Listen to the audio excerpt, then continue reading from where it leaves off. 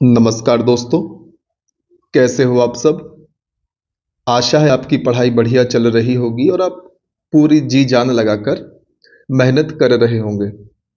इस वीडियो में हम चर्चा करेंगे परीक्षा धाम पब्लिकेशन की पुस्तक से राष्ट्रीय एवं राज्य पिछड़ा वर्ग आयोग अर्थात मध्य प्रदेश पिछड़ा वर्ग आयोग से संबंधित वस्तुनिष्ठ प्रश्नों की, जो आपके लिए एमपीपीएससी प्रीलिम्स एग्जाम की यूनिट 10 में लाभकारी सिद्ध होने के साथ साथ उन सभी एग्जाम्स में समान रूप से उपयोगी साबित होगी जिनमें भी राष्ट्रीय पिछड़ा वर्ग आयोग एवं मध्य प्रदेश राज्य पिछड़ा वर्ग आयोग से संबंधित प्रश्नों को पूछा जाता है। तो दोस्तों, हम शुरुआत करेंगे प्रश्न क्रमांक 1 से। राष्ट्रीय पिछड़ा वर्ग आयोग को किस संविधान संशोधन के तहत संवैधानिक दर्जा दिया गया।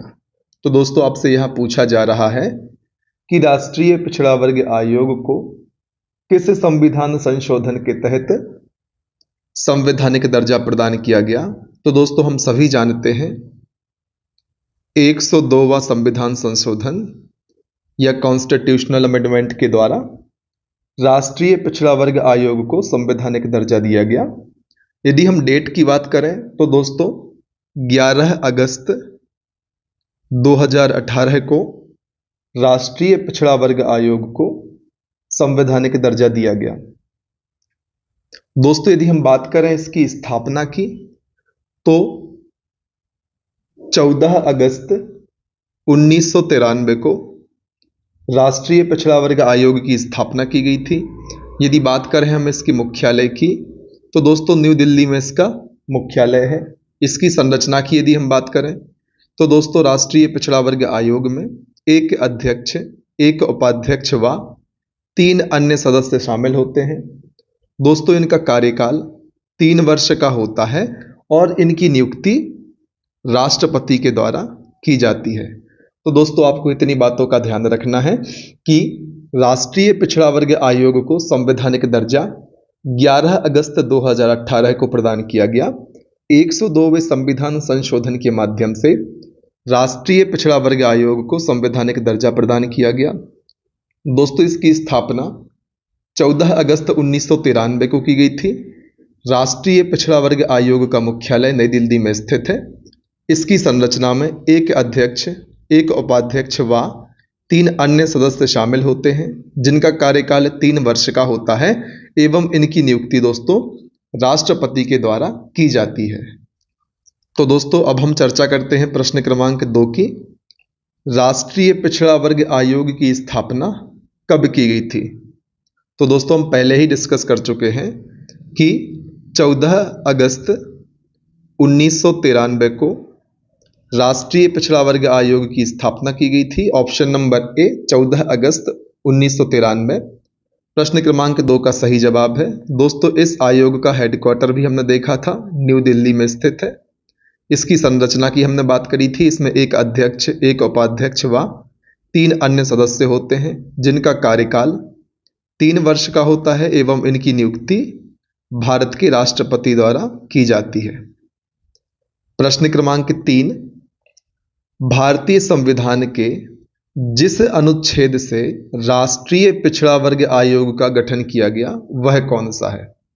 तो दोस्तों, सबसे पहले हम बात करेंगे अनुच्छेद 338 की, फिर हम बात करेंगे अनुच्छेद 338 का की, इसके बाद हम बात करेंगे अनुच्छेद 338 खा की। दोस्तों, पिछले वीडियोस में हमने देखा है कि अनुच्छेद 338 का संबंध है राष्ट्रीय अनुसूचित जाति आयोग से, राष्ट्रीय अनुसूचित जाति आयोग से। अनुच्छेद 338 का संबंध है राष्ट्रीय अनुसूचित जनजाति आयोग से। और दोस्तों, भारतीय संविधान के अनुच्छेद 338 खा में पिछड़ा वर्ग आयोग के गठन की बात करी गई है। तो आपको ध्यान रखना है, हम सभी जानते हैं अनुच्छेद 338 खा के तहत पिछड़ा वर्ग आयोग का गठन किया गया है। ऑप्शन नंबर ए अनुच्छेद 338 खा प्रश्न क्रमांक 3 का सही जवाब है। दोस्तों आपको समान रूप से अनुच्छेद 338 एवं 338 का को भी ध्यान रखना है, जिनका संबंध क्रमशः राष्ट्रीय अनुसूचित जाति आयोग एवं राष्ट्रीय अनुसूचित जनजाति आयोग के गठन से है। चलिए दोस्तों अब हम बात करेंगे प्रश्न क्रमांक 4 की। 102वां संविधान संशोधन अधिनियम का बिल क्रमांक कौन सा है? दोस्तों आपको बताना है कि 102 में संविधान संशोधन के माध्यम से तो राष्ट्रीय पिछड़ा वर्ग आयोग को संवैधानिक दर्जा दिया गया, लेकिन इस संविधान संशोधन को करने में किस क्रमांक का विधेयक या बिल संसद में पेश किया गया था? तो दोस्तों हम सभी जानते हैं उस विधेयक का क्रमांक था 123वां संविधान संशोधन विधेयक, जिसको पारित करके हमारे संविधान में 102वां संविधान संशोधन को एग्जीक्यूट या लागू किया गया। तो ऑप्शन नंबर सी 123वां बिल या विधेयक प्रश्न क्रमांक 4 का सही जवाब है। दोस्तों एक बार हम फिर से डेट की चर्चा कर लेते हैं कि किस तारीख को राष्ट्रीय पिछड़ा वर्ग आयोग को संवैधानिक आयोग का दर्जा दिया गया। दोस्तों हम सभी जानते हैं 11 अगस्त 2018 को राष्ट्रीय पिछड़ा वर्ग आयोग को संवैधानिक दर्जा दिया गया और 102वें संविधान संशोधन के आधार पर यह दर्जा आयोग को प्रदान किया गया। और बिल की हमने चर्चा अभी ही कर ली है कि 102वें संविधान संशोधन को लागू करने में जो बिल पेश किया गया था उसका क्रमांक था 123वां संविधान संशोधन विधेयक, जिसको पारित करके हमने 102वां संविधान संशोधन किया और राष्ट्रीय पिछड़ा वर्ग आयोग को संवैधानिक दर्जा प्रदान किया। प्रश्न क्रमांक 5, राष्ट्रीय पिछड़ा वर्ग आयोग अपनी रिपोर्ट किसे सौंपता है? तो दोस्तों हमने राष्ट्रीय पिछड़ा वर्ग आयोग के बारे में नियुक्ति की चर्चा करी है। दोस्तों इनके अध्यक्ष उपाध्यक्ष सदस्यों की नियुक्ति राष्ट्रपति के द्वारा की जाती है। ये अपना त्यागपत्र भी राष्ट्रपति को सौंपते हैं और दोस्तों यह आयोग अपनी वार्षिक रिपोर्ट या हम प्रतिवेदन भी कहते हैं, प्रतिवेदन राष्ट्रपति को सौंपते हैं। तो दोस्तों आपको राष्ट्रपति को तीनों मायने में याद रखना है कि इनकी नियुक्ति भी राष्ट्रपति के द्वारा की जाती है, ये अपना त्यागपत्र भी राष्ट्रपति को सौंपते हैं एवं वार्षिक रिपोर्ट या प्रतिवेदन भी राष्ट्रपति को ही सौंपते हैं। इस आधार पर ऑप्शन नंबर ए राष्ट्रपति प्रश्न क्रमांक 5 का सही जवाब है। इसी क्रम में अब हम देखेंगे प्रश्न क्रमांक 6 को। दोस्तों मंडल आयोग के अध्यक्ष कौन थे? आपको बताना है मंडल आयोग के अध्यक्ष कौन थे। तो दोस्तों हम सभी जानते हैं बिंदेश्वरी प्रसाद मंडल आयोग के अध्यक्ष थे। ऑप्शन नंबर बी बिंदेश्वरी प्रसाद प्रश्न क्रमांक 6 का सही जवाब है। प्रश्न क्रमांक 7, राष्ट्रीय पिछड़ा वर्ग आयोग के कार्य और कर्तव्य का वर्णन किस अनुच्छेद में किया गया है? तो दोस्तों सबसे पहले हम चर्चा करेंगे अनुच्छेद 338(5) की, फिर हम चर्चा करेंगे अनुच्छेद 338 का 5 की, फिर हम चर्चा करेंगे अनुच्छेद 338 खा 5 की। दोस्तों हम पिछले वीडियो में डिस्कस कर चुके हैं कि अनुच्छेद 338(5) में राष्ट्रीय अनुसूचित जाति आयोग के कार्य एवं कर्तव्यों का वर्णन किया गया है। दोस्तों यहां पर मैं आयोग का पूरा नाम लिखने में असमर्थ हूं, यहां पर स्थान कम है, इसलिए आप सिंबॉलिक रूप से समझ जाएं। राष्ट्रीय अनुसूचित जाति आयोग के कार्य एवं कर्तव्य का उल्लेख भारतीय संविधान के अनुच्छेद 338(5) में किया गया है या अनुच्छेद 338(5) का संबंध राष्ट्रीय अनुसूचित जाति आयोग के कार्य एवं कर्तव्यों से है। इसी प्रकार से अनुच्छेद 338 का 5 का संबंध राष्ट्रीय अनुसूचित जनजाति आयोग के कार्य एवं कर्तव्यों से है। अंत में हम बात करेंगे अनुच्छेद 338 खा 5 की। दोस्तों इसका संबंध है राष्ट्रीय पिछड़ा वर्ग आयोग के कार्यों एवं कर्तव्यों से, जो कि प्रश्न क्रमांक 7 में पूछा गया था। इसलिए ऑप्शन नंबर डी अनुच्छेद 338 खा 5 का संबंध ही है राष्ट्रीय पिछड़ा वर्ग आयोग के कार्य एवं कर्तव्यों से, जो कि प्रश्न क्रमांक 7 का सही जवाब है। प्रश्न क्रमांक 8, राष्ट्रीय पिछड़ा वर्ग आयोग की प्रथम अध्यक्ष कौन है? तो दोस्तों हम सभी जानते हैं कि राष्ट्रीय पिछड़ा वर्ग आयोग के प्रथम अध्यक्ष न्यायमूर्ति R.N. प्रसाद जी हैं। आपको ध्यान रखना है, न्यायमूर्ति R.N. Prasad. Option number A न्यायमूर्ति R.N. प्रसाद प्रश्न क्रमांक 8 का सही जवाब है। दोस्तों यदि आपको हमारे द्वारा बनाए जाने वाले वीडियोस आपके एग्जाम की तैयारी में आपकी सहायता करते हैं तो ज़्यादा से ज़्यादा लोगों तक आप हमारे वीडियोस को पहुंचाएं, ताकि बाकी विद्यार्थी भी हमारी इस सुविधा का लाभ ले पाएं। और दोस्तों आशा है आपने अपनी पढ़ाई शुरू कर दी होगी। कुछ ही समय में इस बात की पूरी संभावना है कि MPPSC प्रीलिम्स एग्जाम 2022 का नोटिफिकेशन हमारे सामने हो। इसके अलावा आप किसी और अन्य एग्जाम की तैयारी भी कर रहे हैं तो उनके नोटिफिकेशन भी आने की संभावना है। इसलिए आप अपनी पढ़ाई में जुट जाएं, पूरी जान लगाकर पढ़ाई करें, हार्ड वर्क के साथ स्मार्ट वर्क पे भी फोकस करें। यदि आप स्मार्ट वर्क को महत्व देते हैं तो हार्ड वर्क पर भी फोकस करें। आपको किसी भी प्रकार की रिस्क नहीं लेनी है, क्योंकि एट द एंड वही स्मार्ट वर्क कहलाता है जिसके माध्यम से व्यक्ति सिलेक्ट हो जाता है।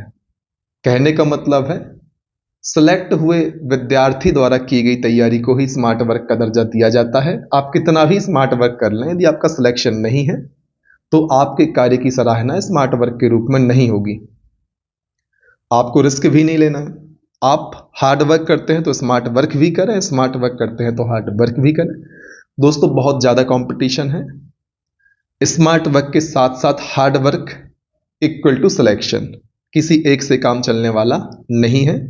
आपको स्मार्ट वर्क के साथ साथ हार्ड वर्क भी करना है, पूरी जान लगा देनी है, तभी आपको आपकी मंजिल प्राप्त होनी है। इस बात को आप अपने दिमाग में बैठा लें और पढ़ाई शुरू कर दें। तो चलिए अब हम बात करते हैं प्रश्न क्रमांक 9 की। इंदिरा साहनी बनाम भारत संघ मामला किस वर्ष आया था? इंदिरा साहनी बनाम भारत संघ मामला किस वर्ष आया था? दोस्तों बहुत ही प्रसिद्ध मामला है जिसमें सुप्रीम कोर्ट ने बहुत ही महत्वपूर्ण जजमेंट दिया था। हम सभी जानते हैं इंदिरा साहनी बनाम भारत संघ मामला वर्ष 1992 में आया था। ऑप्शन नंबर ए वर्ष 1992 प्रश्न क्रमांक 9 का सही जवाब है। प्रश्न क्रमांक 10, निम्नलिखित कथनों पर विचार कीजिए और इनमें से सही कथन का चयन करिए। दोस्तों आप प्रश्न पढ़ते समय ध्यान रखें, प्रश्न में सत्य कथन पूछा गया है, असत्य कथन पूछा गया है। आपकी एक छोटी सी गलती से आप बनता हुआ प्रश्न भी अपने एग्जाम में गलत कर सकते हैं। इसलिए कृपया प्रश्न में यह जरूर देखें कि एक्चुअल में पूछना क्या चाह रहा है। तो यहाँ पर प्रश्न क्रमांक 10 में कथन दिए हुए हैं और हमसे पूछा है इनमें से कौन सा कथन सत्य है। तो चलिए शुरुआत करते हैं कथन 1 से। मध्य प्रदेश राज्य पिछड़ा वर्ग आयोग अधिनियम 1995 को 26 मार्च 2021 को संशोधित किया गया। दोस्तों यह कथन पूर्णतः सत्य है।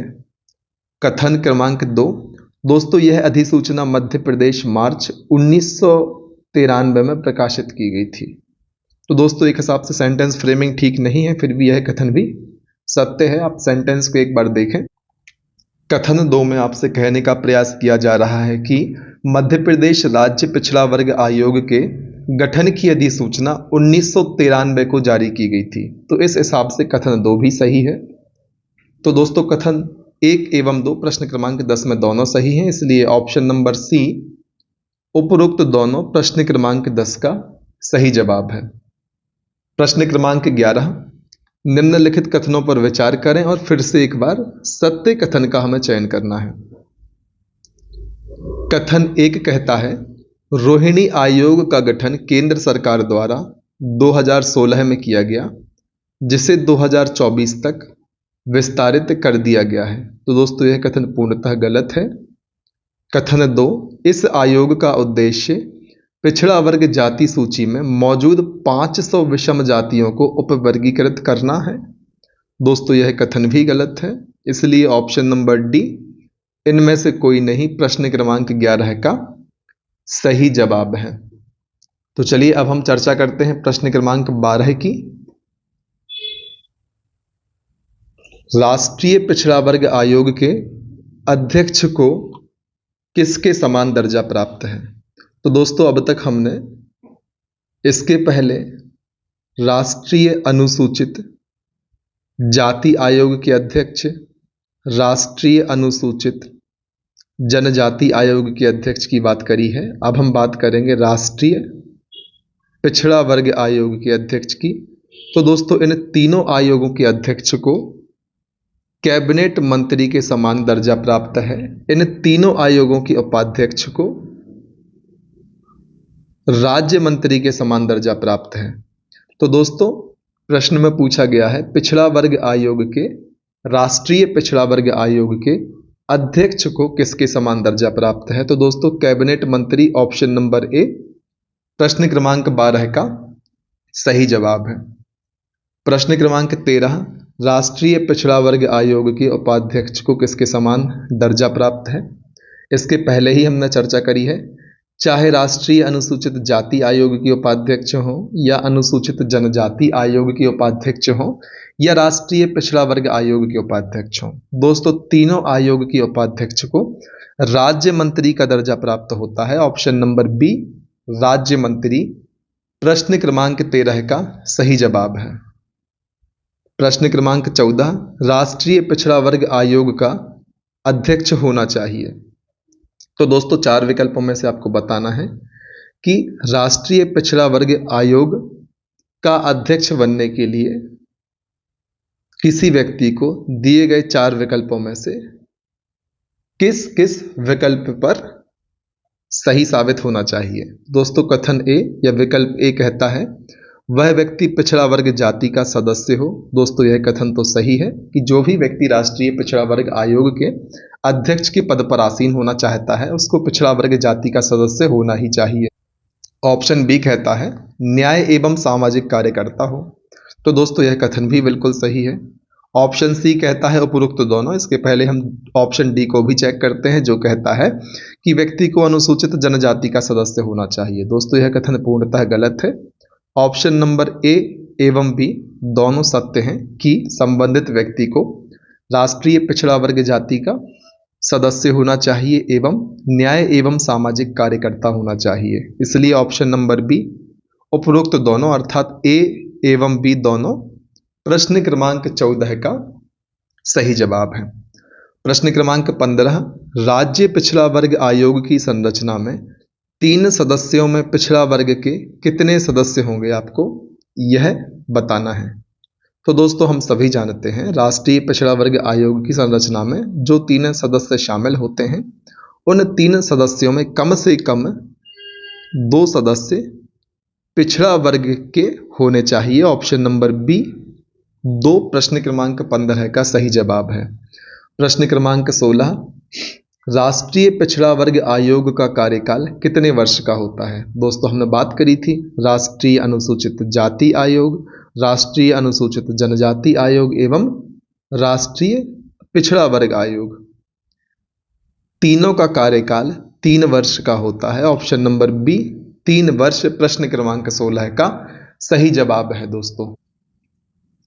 दोस्तों मुझे आशा है आपने हमारी आयोग के थ्योरी सेक्शन वाली सारी वीडियोस देख ली होंगी। इसके बाद आप हमारी एमसीक्यू वाली सीरीज पर आए होंगे।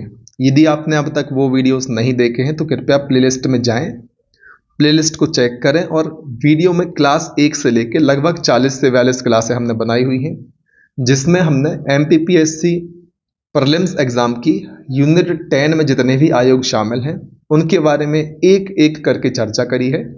किसी भी बिंदु को हमने नहीं छोड़ा है।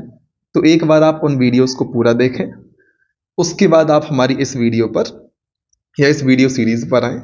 आप साथ साथ भी दोनों काम कर सकते हैं जिससे कि यदि किसी भी प्रश्न को सॉल्व करने में आपको यदि हमारी इस वीडियो सीरीज में या एमसीक्यू वाली सीरीज में परेशानी होती है तो आपको आसानी होगी यदि आप हमारी थ्योरी सेक्शन वाली वीडियोस को एक बार कंप्लीट कर लेते हैं तो तो चलिए अब हम बात करते हैं प्रश्न क्रमांक 17 की।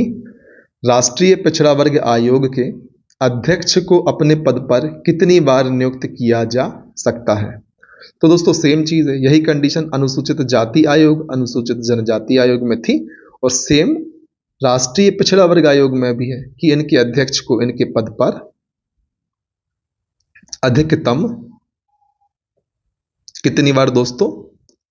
2 बार हम नियुक्त कर सकते हैं। ऑप्शन नंबर बी केवल 2 बार प्रश्न क्रमांक 17 का सही जवाब है। प्रश्न क्रमांक 18, राष्ट्रीय पिछड़ा वर्ग की संरचना में हमें 3 कथनों में सम्मिलित करना है और सही कथन का या सही कूट का चयन करना है। यहां बताया जा रहा है राष्ट्रीय पिछड़ा वर्ग आयोग के जो अध्यक्ष होते हैं उनको राज्य मंत्री का दर्जा प्राप्त होता है। दोस्तों यह कथन गलत है क्योंकि इन्हें कैबिनेट मंत्री के स्तर का दर्जा प्राप्त होता है। उपाध्यक्ष को कैबिनेट मंत्री का दर्जा प्राप्त होता है। दोस्तों यह भी गलत है क्योंकि इन्हें राज्य मंत्री के स्तर का दर्जा प्राप्त होता है। सदस्य को भारत सरकार के सचिव के समकक्ष दर्जा प्राप्त होता है। दोस्तों कथन 3 एकमात्र कथन है जो प्रश्न क्रमांक 18 में सही है। इस हिसाब से ऑप्शन नंबर सी केवल तीसरा सही है। प्रश्न क्रमांक 18 का सही जवाब है। दोस्तों आप ध्यान रखें, राष्ट्रीय पिछड़ा वर्ग आयोग का अध्यक्ष हो या राष्ट्रीय अनुसूचित जाति आयोग का या अनुसूचित जनजाति आयोग का, तीनों आयोग के अध्यक्षों को केंद्रीय कैबिनेट मंत्री के समान दर्जा प्राप्त है। तीनों आयोगों के उपाध्यक्ष को राज्य मंत्री के समकक्ष दर्जा प्राप्त है एवं तीनों आयोग के सदस्यों को, दोस्तों ध्यान से सुनिए, भारत सरकार के सचिव के समकक्ष दर्जा प्राप्त है। दोस्तों ध्यान रखिए आप इस बात को। प्रश्न क्रमांक 19, राष्ट्रीय पिछड़ा वर्ग आयोग की वार्षिक रिपोर्ट के बारे में कौन सा कथन सत्य नहीं है? दोस्तों प्रश्न क्रमांक 19 में दिए गए 4 विकल्पों में से ऐसे विकल्प या कथन को आपसे पूछा जा रहा है जो सत्य नहीं है। तो दोस्तों यहां पर 4 विकल्प में 3 विकल्प सत्य हैं, एक विकल्प जो कि असत्य है, उसके बारे में आपको बताना है। कथन ए या ऑप्शन ए है, राष्ट्रीय पिछड़ा वर्ग आयोग अपनी वार्षिक रिपोर्ट राष्ट्रपति को सौंपते हैं। दोस्तों कथन ए या ऑप्शन ए बिल्कुल सही है। राष्ट्रपति इस रिपोर्ट को संसद के दोनों सदन के समक्ष रखवाता है। दोस्तों यह कथन भी सही है। रिपोर्ट में दी गई सलाह मानने के लिए संसद बाध्य है। दोस्तों यह कथन गलत है। संसद रिपोर्ट में दी गई सलाह मानने के लिए बाध्य नहीं है, बशर्ते संसद को सलाह ना मानने का कारण बताना होता है। ऑप्शन नंबर डी कहता है सलाह ना मानने का कारण संसद को बताना आवश्यक है। तो दोस्तों कथन डी भी सही है। चूंकि प्रश्न में हमसे असत्य कथन पूछा गया है तो सी एकमात्र ऐसा विकल्प है जो असत्य है, इसलिए ऑप्शन नंबर सी रिपोर्ट में दी गई सलाह मानने के लिए संसद बाध्य है, जो कि गलत कथन है। प्रश्न क्रमांक 19 का सही जवाब है। प्रश्न क्रमांक 20, राष्ट्रीय पिछड़ा वर्ग आयोग के अध्यक्ष पद पर आसीन रहा है या रहे हैं। दोस्तों आपको 4 नाम दिए गए हैं, आपको बताना है इनमें से कौन राष्ट्रीय पिछड़ा वर्ग आयोग के अध्यक्ष के पद पर आसीन रह चुके हैं। तो दोस्तों इसमें B L Yadav, S Ratnavel, V Aishwarya, R N Prasad. B L Yadav, S Ratnavel, B Aishwarya, R N Prasad. दोस्तों यह चारों व्यक्ति इस पद को सुशोभित कर चुके हैं, इसलिए ऑप्शन नंबर डी उपरोक्त सभी प्रश्न क्रमांक 20 का सही जवाब है। दोस्तों ध्यान रखिए आप, B L Yadav, S Ratnavel, B Eshwaraiah और आर एन प्रसाद राष्ट्रीय पिछड़ा वर्ग आयोग के अध्यक्ष के पद पर आसीन रह चुके हैं। प्रश्न क्रमांक 21, राष्ट्रीय पिछड़ा वर्ग आयोग की संरचना में कौन शामिल होते हैं? तो दोस्तों मैं आपको बता दूं, राष्ट्रीय पिछड़ा वर्ग आयोग, राष्ट्रीय अनुसूचित जाति आयोग, राष्ट्रीय अनुसूचित जनजाति आयोग, इन तीनों आयोगों की संरचना समान है। इनमें एक अध्यक्ष, एक उपाध्यक्ष व 3 अन्य सदस्य शामिल होते हैं। इस प्रकार से ऑप्शन नंबर बी, एक अध्यक्ष, एक उपाध्यक्ष और 3 अन्य सदस्य प्रश्न क्रमांक 21 का सही जवाब है। अब हम चर्चा करेंगे प्रश्न क्रमांक 22 की। राष्ट्रीय पिछड़ा वर्ग आयोग के संदर्भ में कौन सा या कौन से कथन सत्य हैं? तो दोस्तों यहां पर 2 कथन दिए हुए हैं, आपको इनमें से सत्य कथन का चयन करना है। पहला कथन कहता है राष्ट्रीय पिछड़ा वर्ग आयोग को सिविल न्यायालय, जिसको हम दीवानी न्यायालय भी कहते हैं, दीवानी न्यायालय के समान शक्तियां प्राप्त हैं, जो कि एक सत्य कथन है। कथन 2, आयोग आंग्ल भारतीय समुदायों के संवैधानिक संरक्षण एवं अन्य विधिक संरक्षणों के संबंध में भी जांच करेगा और संबंधित रिपोर्ट केंद्र सरकार को प्रस्तुत करेगा। दोस्तों कथन 2 गलत है, इसलिए ऑप्शन नंबर ए केवल एक, जो कि है आयोग को सिविल न्यायालय के समान शक्तियां प्राप्त हैं, प्रश्न क्रमांक 22 का सही जवाब है। प्रश्न क्रमांक 23, राष्ट्रीय पिछड़ा वर्ग आयोग को कौन कौन सी शक्तियां प्राप्त है? 3 विकल्प दिए हुए हैं, इनमें से आपको सही कूट का चयन करना है। दोस्तों पिछड़ा वर्गों के उत्पीड़न की जांच करने की शक्ति, कथन 1 बिल्कुल सत्य है दोस्तों। कथन 2 कहता है किसी भी दस्तावेज की खोज और प्राप्ति का आदेश दे सकता है, यह कथन भी सत्य है। कथन 3 शपथ पत्र पर साक्ष्य प्राप्त कर सकता है, दोस्तों यह कथन भी सही है। इसलिए ऑप्शन नंबर डी 1, 2 और 3 प्रश्न क्रमांक 23 का सही जवाब है। राष्ट्रीय पिछड़ा वर्ग आयोग की शक्तियों में शामिल है कि वह पिछड़ा वर्ग के उत्पीड़न की जांच कर सकता है, किसी भी दस्तावेज की खोज और प्राप्ति का आदेश दे सकता है, शपथ पत्र पर साक्ष्य प्राप्त कर सकता है। चलिए अब हम चर्चा करते हैं प्रश्न क्रमांक 24 की।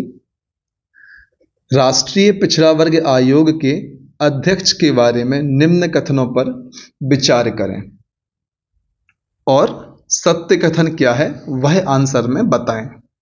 3 कथन हैं, हमें बताना है इनमें से कौन या कितने कथन सही हैं। पहला कथन अध्यक्ष की नियुक्ति राष्ट्रपति करता है, यह कथन सही है। इसे केंद्रीय कैबिनेट मंत्री के समान दर्जा प्राप्त है, दोस्तों यह कथन भी सही है, हमने कई बार इसके बारे में चर्चा कर रखी है। पिछड़ा वर्ग सदस्य के साथ न्याय और सामाजिक क्षेत्र में कार्य करता रहा हो, दोस्तों यहां पर 2 कंडीशन एक साथ दे दी गई हैं। पहली यह है पिछड़ा वर्ग आयोग का सदस्य हो, दूसरी यह है न्याय और सामाजिक क्षेत्र में कार्य करता रहा हो।